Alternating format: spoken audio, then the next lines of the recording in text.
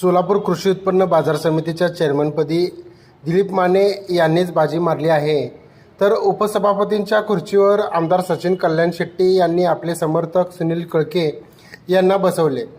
सुरेश हसापुरे यांना मात्र 2 वर्षांनंतर संधी मिळणार असल्याचे समजले आहे.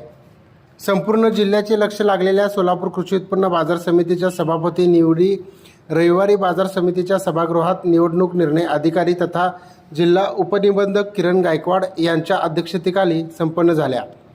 सभापती पदासाठी केवळ दिलीप माने यांना एक अर्ज आल्याने त्यांच्या नावाची बिनविरोध घोषणा गायकवाड यांनी केली.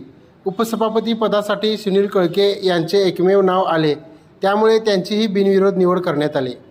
निवडीनंतर आमदार सचिन कल्याण शेट्टी यांच्या हस्ते नूतन चेअरमन दिलीप माने यांचा, तर आमदार देवेंद्र कोटे यांच्या हस्ते नूतन व्हाईस चेअरमन सुनील कळके यांचा सत्कार करण्यात आला.